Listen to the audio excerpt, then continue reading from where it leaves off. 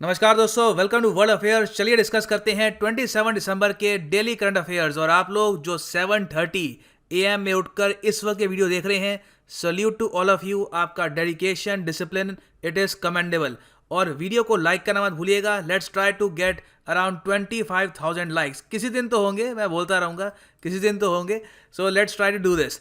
पहला क्वेश्चन आपके सामने है, प्रधानमंत्री नरेंद्र मोदी 28 दिसंबर 2020 को किस शहर में देश की पहली ड्राइवरलेस मेट्रो ट्रेन को हरी झंडी दिखाएंगे?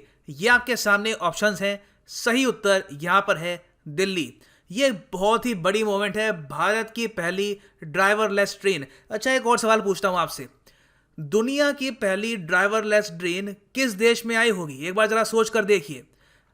सही उत्तर यहां पर है जापान। जापान के कोबे में थी पहली ड्राइवरलेस ट्रेन। और इंडिया के लिए खास बात यह है कि हमारी पहली फुली ऑटोमेटेड ड्राइवरलेस ट्रेन आ चुकी है और बहुत ही जल्द उम्मीद है कि कई और शहरों में ऐसी ट्रेन दिखेगी। और सिंस हम यहाँ पे बात कर रहे हैं दिल्ली मेट्रो की, इसको ऑपरेट करती है डीएमआरसी। डीएमआरसी के चीफ एग्जीक्यूटिव ऑफिसर हैं मंगू सिंह। और इस मेट्रो ट्रेन को लॉन्च किया जाएगा from the Delhi metro airport line. आगे बढ़ते हैं। बहुत अच्छा क्वेश्चन आपके सामने। हाल ही में भारत के प्रधानमंत्री श्री नरेंद्र मोदी ने पीएम किसान सम्मान निधि के तहत वित्तीय लाभ की 7वीं किश्त जारी की थी। निम्नलिखित में से किस माध्यम से, आपको ये बताना है कि गुड गवर्नेंस डे के दौरान किस माध्यम से किश्त दी गई है किसानों को? सही उत्तर यहां पर है ऑप्शन ए, डायरेक्ट बेनिफिट ट्रांसफर। आज के समय डायरेक्ट बेनिफिट ट्रांसफर का यूज बहुत ज़्यादा बढ़ता जा रहा है। सरकार भी इसका यूज करती है to send money straight to the account. और यहाँ पे आप देख पाएंगे, इसका आर्टिकल भी है। 9 करोड़ फार्मर फैमिलीज को, बहुत से लोग हैं।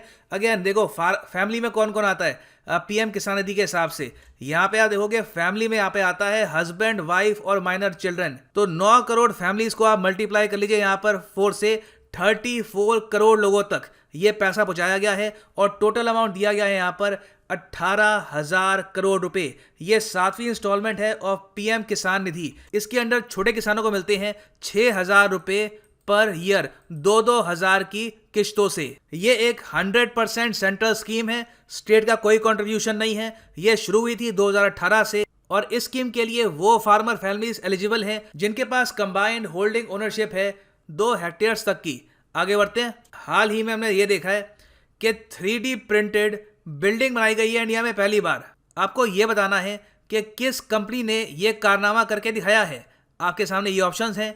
सही उत्तर यहां पर है L&T construction. Larsen and Toubro construction ने यह करके दिखाया है। यहां पे आप देखेंगे आर्टिकल है, L&T construction has achieved a milestone by creating 3D printed multi storey house. ये आपके सामने बिल्डिंग है।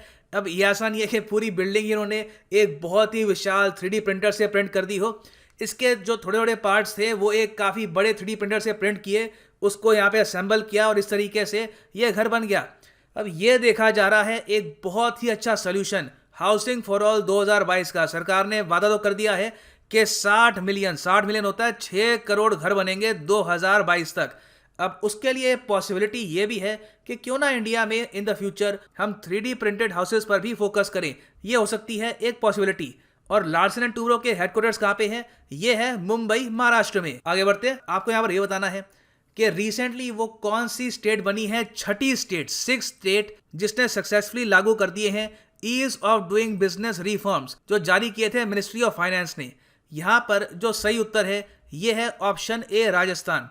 देखो क्या है कि मिनिस्ट्री ऑफ फाइनेंस ने ना स्टेट्स को बोला है कि हम आपको बताते हैं कि ease of doing business improve करने के लिए कुछ आपको स्टेप्स लेने हैं। जो स्टेट ये स्टेप्स लेती है उसको सरकार प्रोवाइड करती है कुछ राशि अपनी स्टेट में खर्चे के लिए। तो यहाँ पे आप अगर देखो, राजस्थान को मिले हैं 2,731 करोड़ रुपए इस रिफॉर्म को लेने के लिए।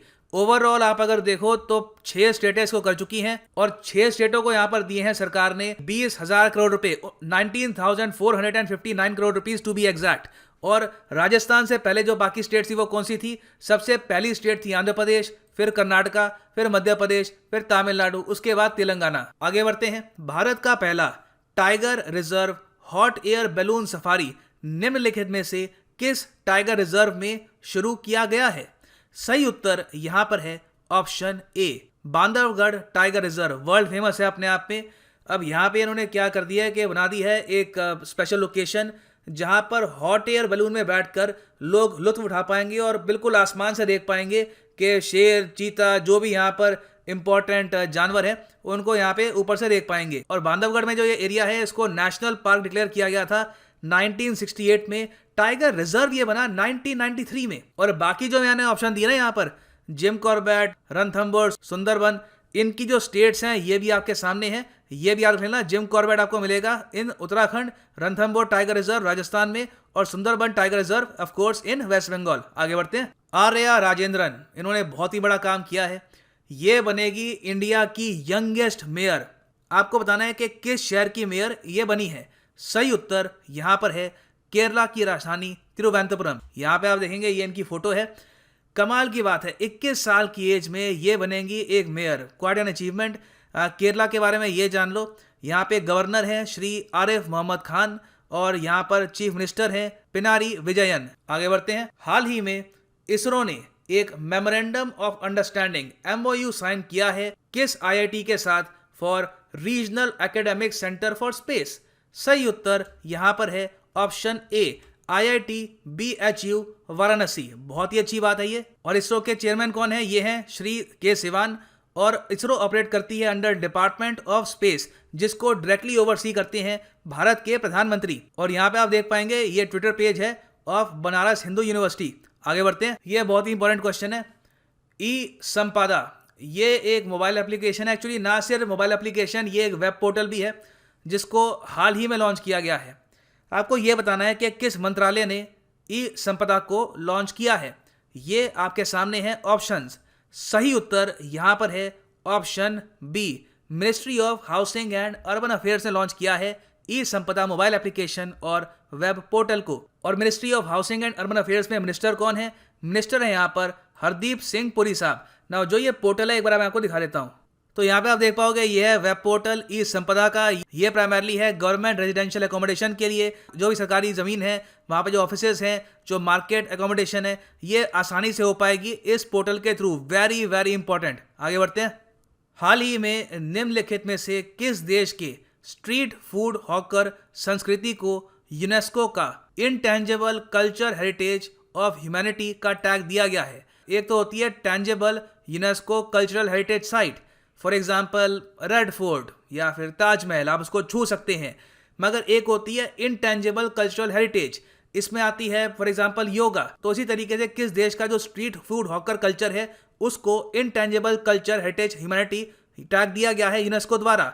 सही उत्तर यहाँ पर है बी, सिंगापुर। जी हाँ, सिंगापुर में जो स्ट्रीट हॉकर कल्चर है ये काफ़ी स्पेशल है और बहुत ही रेयर होता है कि इनटेंजिबल, जो चीज़ आप छू नहीं सकते, उसको यूनेस्को देता है इस टाइप का एक टैग। इससे पहले अगर हम देखें तो ये टैग मिल चुका है योगा को फ्रॉम इंडिया, रिगे म्यूजिक को जो है जमैका का, फिनलैंड का जो सोना कल्चर है, और टर्की की एंडेंजर्ड विसल लैंग्वेज को। सिटी से कम्युनिकेट करने की पूरी लैंग्वेज है टर्की में, तो ये भी आती है इस लिस्ट में। और सिंगापुर की राजधानी क्या है? ये है Singapore city. Very easy to remember. Currency यहाँ पे लोग इस्तेमाल करते हैं सिंगापुर डॉलर।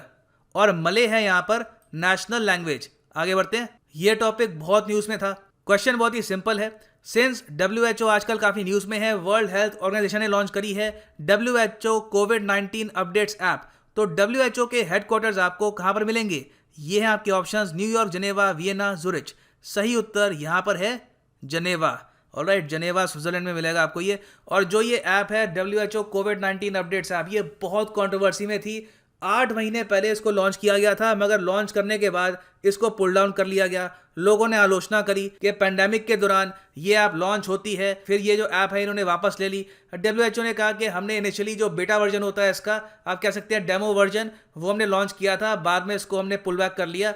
और अब फाइनली दिसंबर 2020 में पैंडेमिक के बीच में आई है कोविड-19 अपडेट्स ऐप। इसमें बताया जाएगा कि कोविड-19 का जो नया स्ट्रेन है उसके बारे में क्या जानकारी आ रही है, कोविड-19 कैसे डेवलप कर रहा है, क्या कोई नई म्यूटेशन आई है, सारी जानकारी मिलेगी इस ऐप में। सो अब हम बात करते हैं उन क्वेश्चंस की जिनका आंसर आप सब लोग करते हैं कमेंट सेक्शन में। जो मैंने 26 दिसंबर को क्वेश्चन पूछा था यहाँ पे कि who attacked and looted the famous Somnath temple, ये CGL 2019 का क्वेश्चन था। इसका सही आंसर है ऑप्शन ए। बहुत लोगों ने सही आंसर दिया। Congratulations to all of you. आज का जो प्रश्न है जो मैं आपसे पूछूंगा वो ये है। ये बाय द वे क्वेश्चन आया था CDS 2019 में क्योटो प्रोटोकॉल एक इंटरनेशनल ट्रीटी है जो किस चीज पर फोकस करती है। आपको वहां पर यह बताना है कि ये अपनी जो स्टेट पार्टीज है, जो कंट्रीज हैं, इनको कहती है आपको क्या कम करना है, क्या चीज आपको रिड्यूस करनी है। Poverty, green house gas emissions, nuclear Arsenal, nuclear armaments, या फिर एग्रीकल्चर सब्सिडी। बहुत ही अच्छा क्वेश्चन है। नीचे कमेंट सेक्शन में सब लोग इसका आंसर करना, देखते हैं कितने लोग इसका सही आंसर कर पाएंगे। और ऑफ कोर्स जो इसका आंसर करता है विद प्रॉपर डिटेल्स, जो बताता है कि क्योटो प्रोटोकॉल है क्या, इसकी हिस्ट्री क्या है, इसको साइन कब किया गया था, ईयर, कोई जेन्युइन इंफॉर्मेशन देता है, तो award that person with love and likes. So ये है अंत इस वीडियो का। Thank you for listening and as always God bless you all.